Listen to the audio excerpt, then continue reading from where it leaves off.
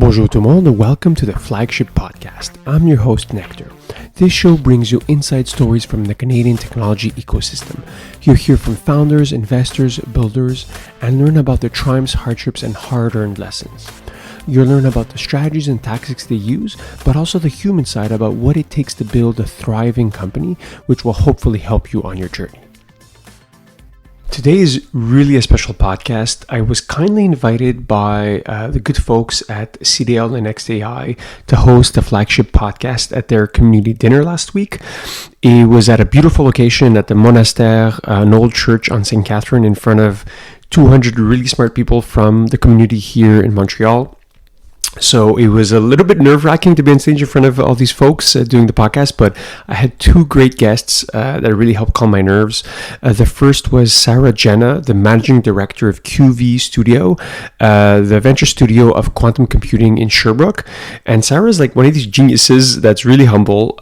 We spoke a lot, of course, about quantum computing, and we spoke about her venture studio and what she's trying to do with QV Studio, the need for more entrepreneurs in the space, and the truly fascinating possibilities with quantum computing. The second guest was Raphael Steinman, co-CEO and co-founder of Maxa.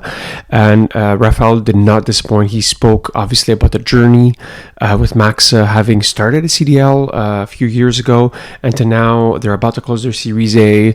Company's truly on fire. And Raphael has some really wise words for founders, for people in the community, and almost like a rallying cry of how we can get better. I really hope you enjoy today's conversation. Bonjour. Comment ça va? Ça va bien, merci. Merci beaucoup d'être sur le podcast.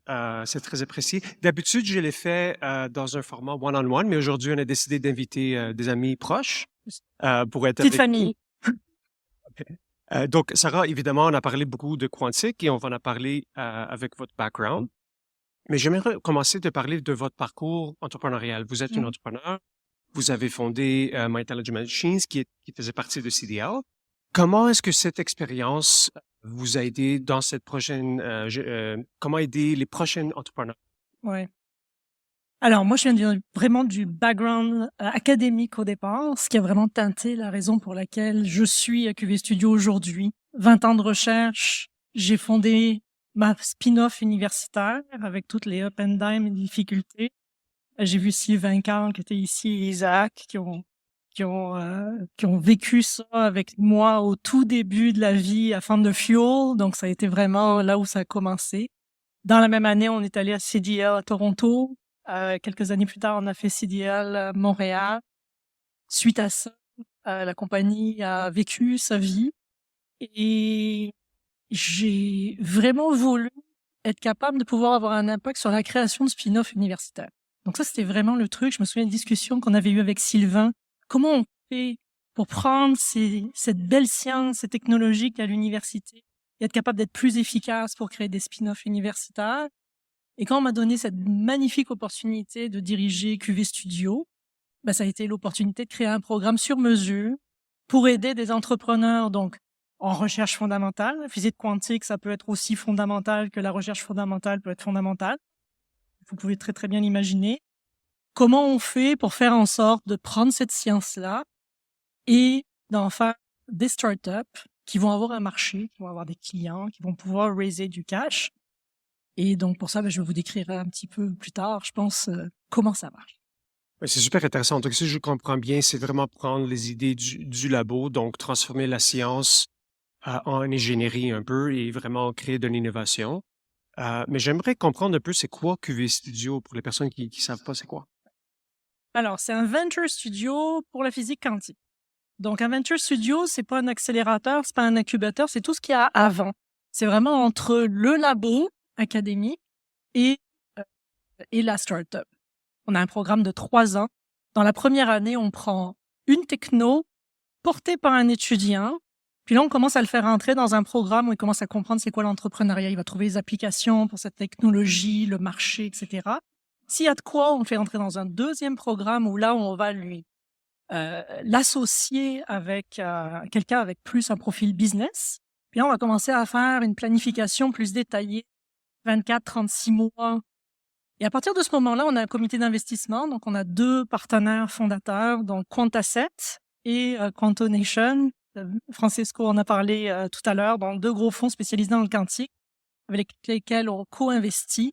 On prend la décision, quelles sont les équipes qui ont vraiment du potentiel, on les incorpore, on investit, on fait une première ronde de financement, 300 000, on leur donne 500 heures de consultation, ils ont des milestones à atteindre pendant 1 année. Deuxième année, 3e année, en fait, on est rendu à la 3e année. 2e ronde de financement. Et là, on s'en va à CDL, tous ensemble. Donc, on les envoie à CDL Quantum Stream. Et puis là, on va aller raiser un petit site de 5-10 millions à la Quantum, quoi. Donc, s'il y a des LP intéressés dans la salle, on va passer à la fin de la soirée un term sheet et vous pouvez signer.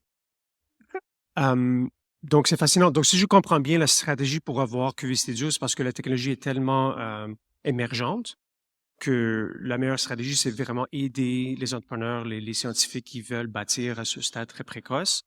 Est-ce qu'il y a des apprentissages, évidemment, on parle beaucoup de l'IA aujourd'hui, clairement. Est-ce qu'il y a des apprentissages de ce domaine que vous pensez qui est transférable? Alors, clairement, c'est une des motivations aussi pour laquelle je suis rentré là-dedans. Puis j'ai discuté tout à l'heure avec Christian Jacques, qui avait exactement le même concern que moi. On a, en tant que compagnie en IA, on a essuyé tous les plats qu'on pouvait essuyer, là, d'intégrer des nouvelles technologies qui vont être des technologies qui vont être stratégiques pour des grosses organisations. Et on veut pas que les quantiques, qui vont faire exactement le même processus, fassent toutes les mêmes erreurs, réessuient toutes les mêmes plâtres que l'IA a essuyé. Donc là, en ce moment, je vous dirais, moi venant de la communauté de l'IA, j'arrive dans la communauté quantique. Les liens sont pas encore extraordinaires. Je vous dirais qu'il y a encore beaucoup de choses à faire. Puis je commence à voir qu'il y a des choses qui se font. Puis ça, c'est vraiment important. Les compagnies quantiques doivent commencer à rencontrer des compagnies un petit peu plus avancées en IA. Il y a beaucoup de partenariats à faire pour aussi bien au niveau technologique, scientifique, mais au niveau de l'expérience entrepreneuriale. Je pense qu'il faut que ces 2 communautés-là se rapprochent puis travaillent ensemble. Ça va être mutuellement extrêmement bénéfique, aussi bien d'un côté que de l'autre. Et si je comprends, c'est aussi à différents niveaux. Donc, l'IA va aider dans le domaine quantique. Je suis complètement néophyte dans ce domaine. Est-ce que vous pouvez parler un peu du côté applicatif? Peut-être pas nécessairement en détail parce que je ne vais pas comprendre, mais Moi où non. est-ce que vous voyez les grandes opportunités dans le monde quantique Ouais. spécifiquement? Alors, je suis pas en physique quantique, donc je veux pas qu'on me jette des roches s'il y a du monde en quantique dans la salle.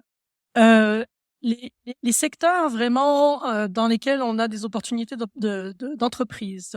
Donc, on a pu voir Xanadu, hardware, tout ce qui est informatique quantique, on va avoir du hardware, on va avoir du software.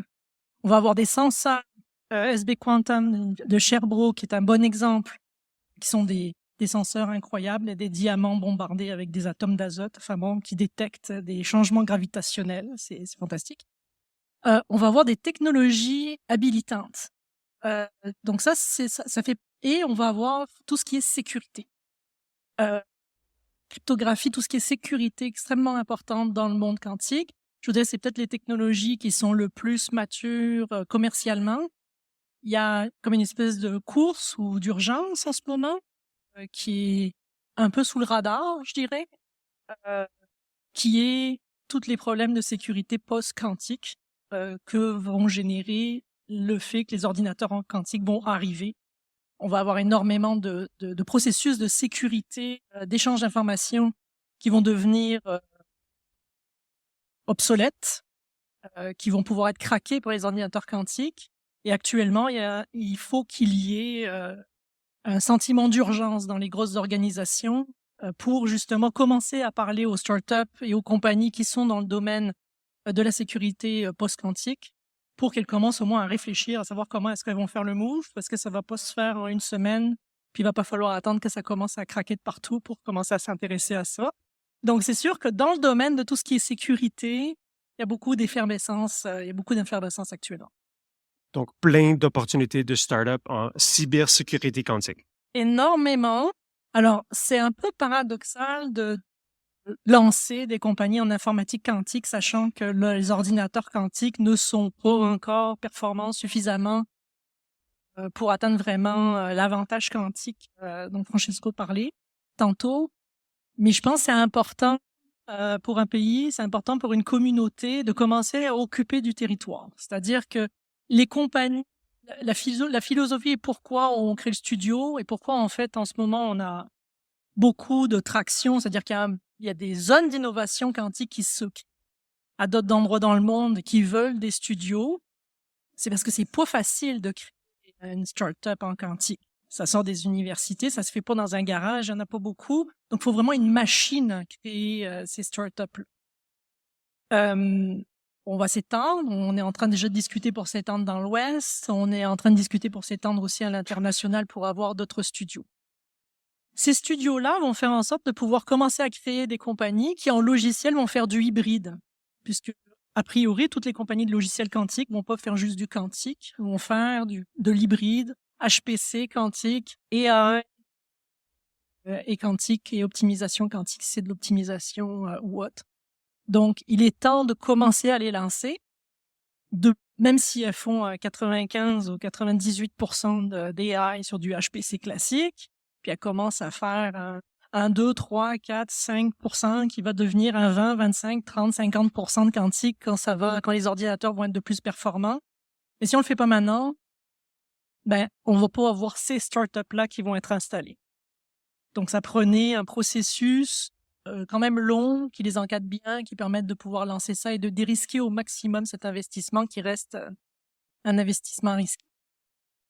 Quand on a parlé avant d'enregistrer, tu m'avais mentionné un peu cette passion de prendre l'innovation qui sort de l'université et le transférer en start-up. Je trouve ça vraiment passionnant, évidemment, qui existe dans d'autres secteurs aussi. Qu'est-ce que tu as appris dans ce domaine, des apprentissages clés qui facilitent ce transfert vers les entreprises? Alors, c'est vraiment un réseau. Ça prend vraiment un réseau d'expertises différentes. On travaille avec Axelis, on travaille avec Transfecter, donc les organisations de transfert technologique, les universités. Moi, une grosse partie de mon temps, c'est de parler avec des chercheurs académiques, de comprendre, d'essayer de comprendre, au moins qu'ils m'expliquent et qu'ils me vulgarisent c'est quoi qu'ils font et qu'est-ce qu'on est capable d'en faire. Le fait que je sois pas en physique quantique, ça les oblige en quelque part à être capable de vulgariser ça, donc d'être capable de trouver plus une application que je sois capable de comprendre. Donc ça, j'avoue que je pensais que ça allait être un problème, mais au final, c'est un avantage.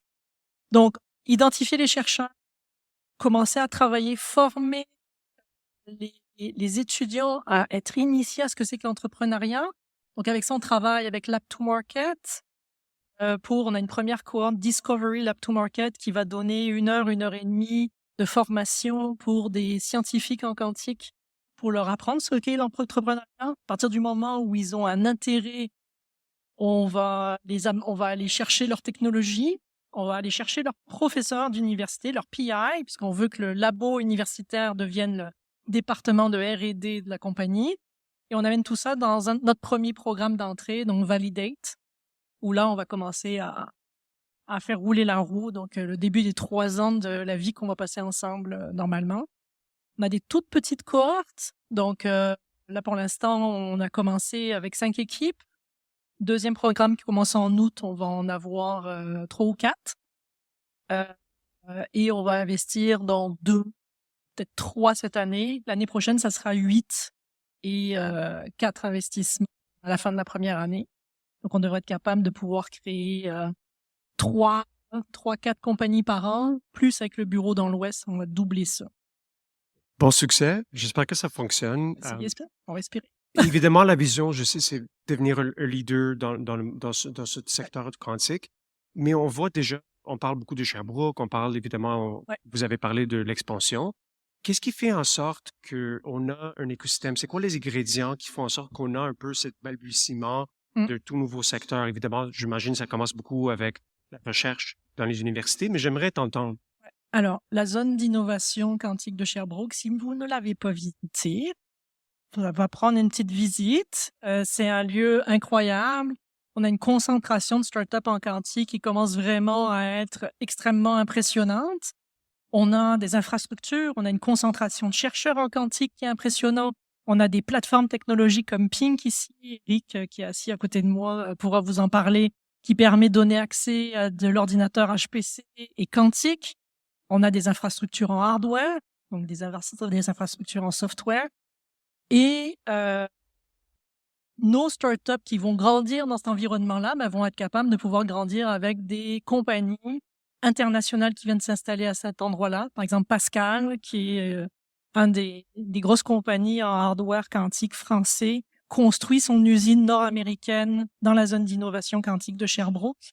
C'est à partir de là que vont partir tous les ordinateurs quantiques Pascal en Amérique du Nord. Donc, c'est un très, très gros site. Donc, la concentration, le concept de zone d'innovation, la zone d'innovation de Sherbrooke en particulier est un environnement très, très prolifique avec beaucoup d'organisations qui travaillent ensemble. Donc, ce que ça prend pour être capable de faire ça, je pense que ça prend une concentration d'expertise très variée autour de l'innovation. Ça prend des VC, ça prend des mentors, ça prend des entrepreneurs. Ça, c'est je vous dirais que mon plus gros stress dans ma vie en ce moment, c'est de trouver les humains. La technologie est quasiment plus facile à trouver que les humains. On cherche des humains en ce moment qui sont intéressés à se lancer dans l'aventure quantique. Donc, si j'ai compris, dans le programme de demain, il y a une visite guidée à Sherbrooke qui se fait en autobus. Non, que je rigole. Tu as parlé de le besoin.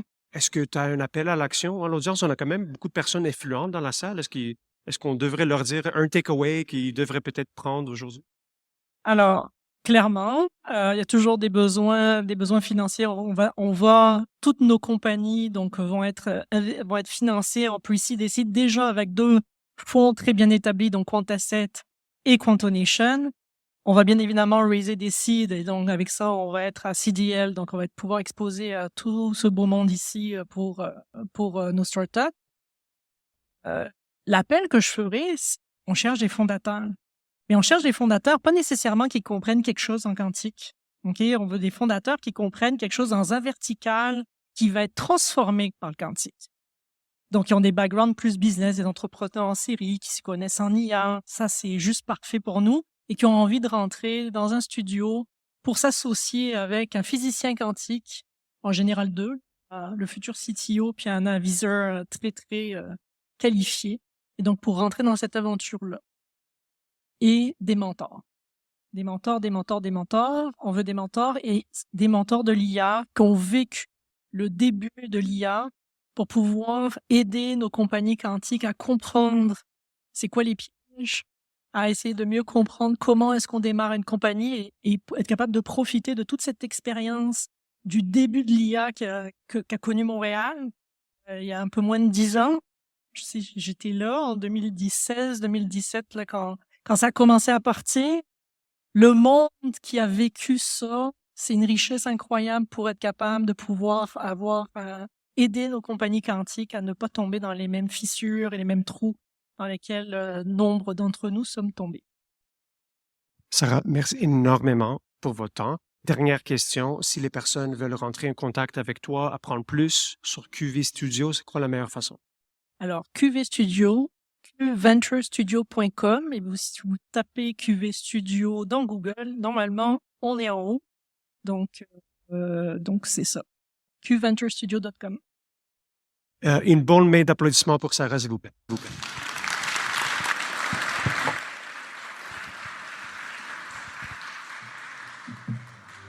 Raf, how's it going?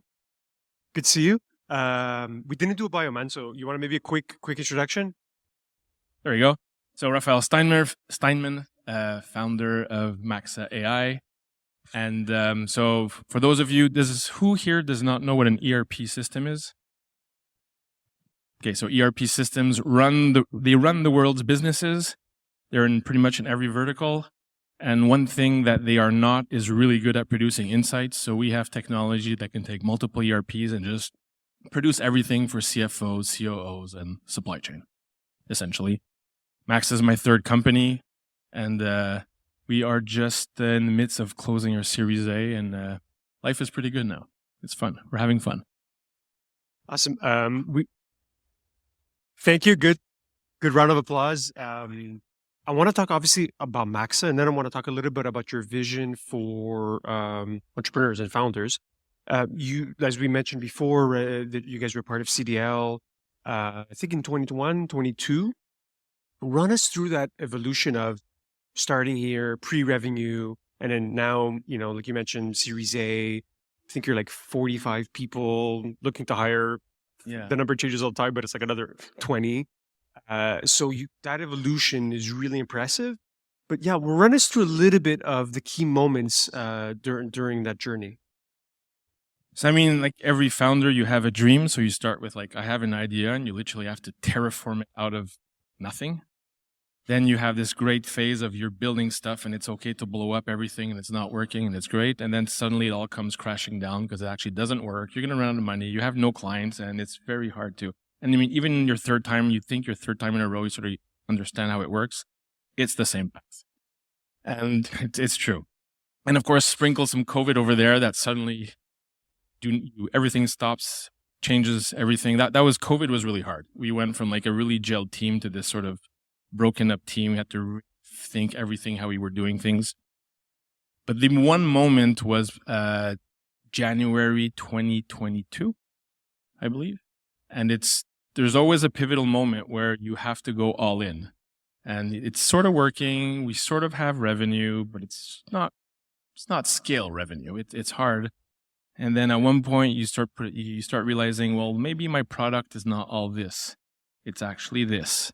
And then you go all in. And I remember that moment where as a team, we said, okay, this is it. This is, I think, how we're able to scale. Back scenes of that is if this does not work, we're going to run out of money in like 6 months. So you sort of go all in and customers come together. The customers tell you how it's working. And I guess from that point on, we didn't look back and it started. What's the expression? The 10-year overnight success, right? Yeah, exactly. And on that journey, there's a lot of, crucible moments that happen along the way. And you just mentioned one of them, and there's another one coming up as you guys are raising. What's the advice? Like, there's always advice I find is like very difficult. I prefer to think about it in principles. Curious to hear when aspiring entrepreneurs, founders that are in the trenches today, what do you tell them? Like, how do you relate back your journey and give them advice? Well, I mean, I guess I'll say my advice I'd give to myself looking back. And it's remember like your first version of your product, if you're not a little ashamed of it when you start commercializing it, you were waiting too long. Like it's okay to be a little ashamed, but like if we really want to make things happen, like go play in traffic. If I had to give myself advice, and it's advice I try to use to myself, like going to play in traffic and not waiting for the perfect product, the perfect fit, and just like pushing it. That's how you get those cycles in. And that's how you can actually figure out what your customers want. Very good, man. Very good. One thing you had told me recently was, often the juxtapositions, the comparisons of Silicon Valley. And one thing you told me is founders helping founders as one of the key things you think about. Why is that so? Why are founders so friendly to each other? Why that support? And then maybe more broadly, how do we build that ethos more here? So like Silicon Valley is amazing because there's a lot of business, a lot of capital, lots of things going on. But if you look back behind, the founder density is so high. And what does that mean is that you've got networks continuously colliding together, which means somebody needs help. They can't find this engineer, this product marketer. Somebody else has one that they have to let go. Somebody's looking for a playbook because they have no CRO. Well, you know what? Your neighbor is the CRO you were looking for.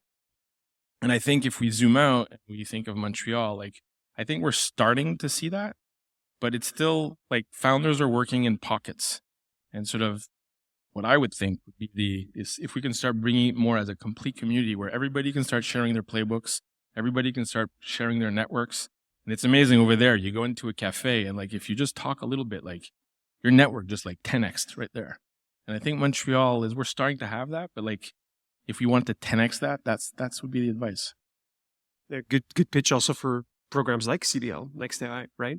And today you're a mentor, right? If I'm not mistaken. Yes. What's the most common areas of help that you think you're competent to help in, right? Like your 10x strength.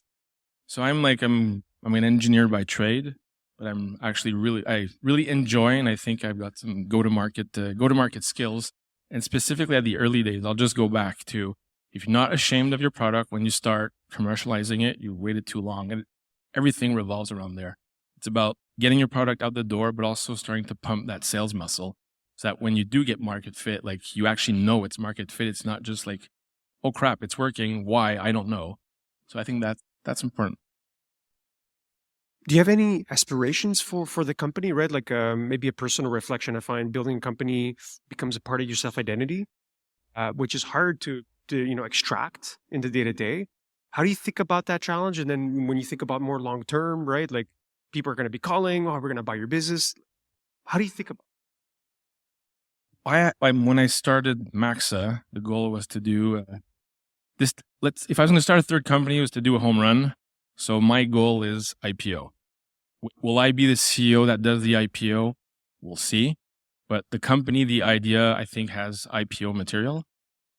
So that's the goal. And then the entrepreneur, or just if you're doing proper investing, you discount cash flow from there. And if there's an opportunity before that aligns nicely, why not? We'll figure it out. But what's really pushing me is just building a great company out of Montreal. Yeah. There's a bunch of founders in the room, ecosystem folks, investors. Any call to action? People, you mentioned this notion of ecosystem. If you have a request from the people in the room, what would it be? I wouldn't say a request. I'd say everybody should try to spontaneously reach out to somebody. Like I did not think about quantum computing, and I took a little note, and maybe I should go play around in that traffic that I've never played with, and maybe connect some dots. So maybe an advice is not wait for something, but everybody should just make sure you're placing one external move to go help connect your network to somebody that may need some help. So last question then, if people want to connect with you, what's the best way? LinkedIn, Raphael Steinman, or Raphael@maxa.ai. Raph, it's always a pleasure, man. We got to do this again. Thank you. Ladies and gentlemen, please, warm round of applause. Thank you for listening to the Flagship Podcast. If you like the show, please don't forget to subscribe. Merci beaucoup.